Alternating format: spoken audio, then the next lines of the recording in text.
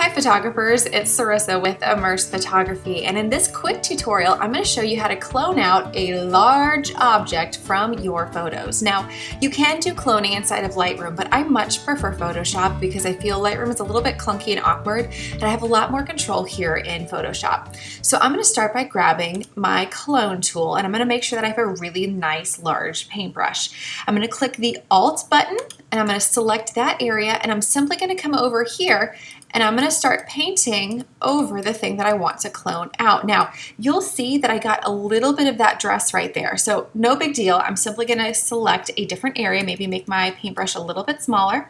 I'm going to select right here, and I'm going to come back in, and I'm going to paint over that dress. I can even get rid of that little leaf right there, no problem. Now, the biggest thing that you need to remember is, as I'm moving farther back into my photo, this area right here is out of focus, or it's not out of focus, but it's farther away, so it is blurry in my photograph.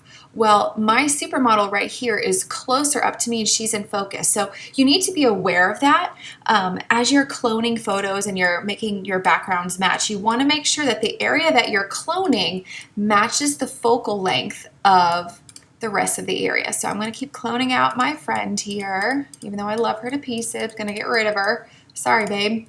And you can see I keep resampling different areas of my photograph so that way it doesn't look like I'm cutting and pasting the entire photo, because if you copy and paste, it becomes very apparent that you've done some photoshopping, and the goal should always be, at least in my opinion, when you're photoshopping, to not let it be obvious that you've done any photoshopping at all. Like, I want my clients to look at my photos and say, man, I look beautiful, but not be able to tell me why. Okay, so you can see that I've gotten rid of my assistant here, okay? Now there's a couple things that I want to do. When I look, and I'm gonna go ahead and get a cursor here, when I look at this area, it's pretty good and most people are not gonna notice that I've cloned something out. But I see right here the texture is a little bit different. This is a little bit more in focus, where this here is out of focus. So once I've actually gotten rid of my object, I like to come up here to, I don't even know what this tool is called, texture tool, patch tool, that's what it's called. I use it all the time, I should know that. But I'm going to do the patch tool. And what I'm going to say is this area right here is a little bit more out of focus than I'd like. So I'm going to circle that and outline it. And then what I'm going to do is I'm going to drag this right over here. I'm going to say I want it to copy this texture right here. And if I then look and I deselect, so I'm going to do Command D to deselect that area, you'll see that now it has a similar texture. And this way I feel like it preserves the authenticity of the photo just a little bit more. Now, as I'm looking at this, I see this little dark repeated here, this little spot repeated here and here and here. So to me, that's a giveaway. So I'm gonna get rid of that. I'm gonna clone over here just a little bit.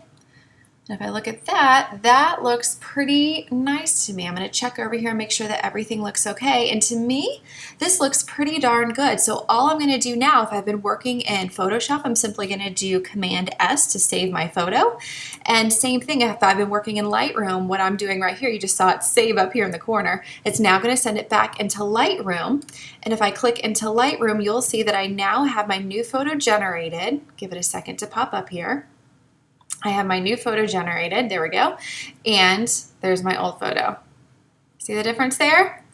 Now, as I'm comparing the photos back and forth, I can notice a little bit of a shading right here that honestly didn't bother me in Photoshop, but if it bothers you, you can absolutely come back here, do some recloning, save it, and send it right back into Lightroom. So let me show you how to do that so you can see that you can just resave it. So I'm gonna get a bigger brush again, hit my Alt button, sample that, make that a little bit darker. I could even come in with my burn and dodge tool, burn it in, make it a little, that's a little bit too dark.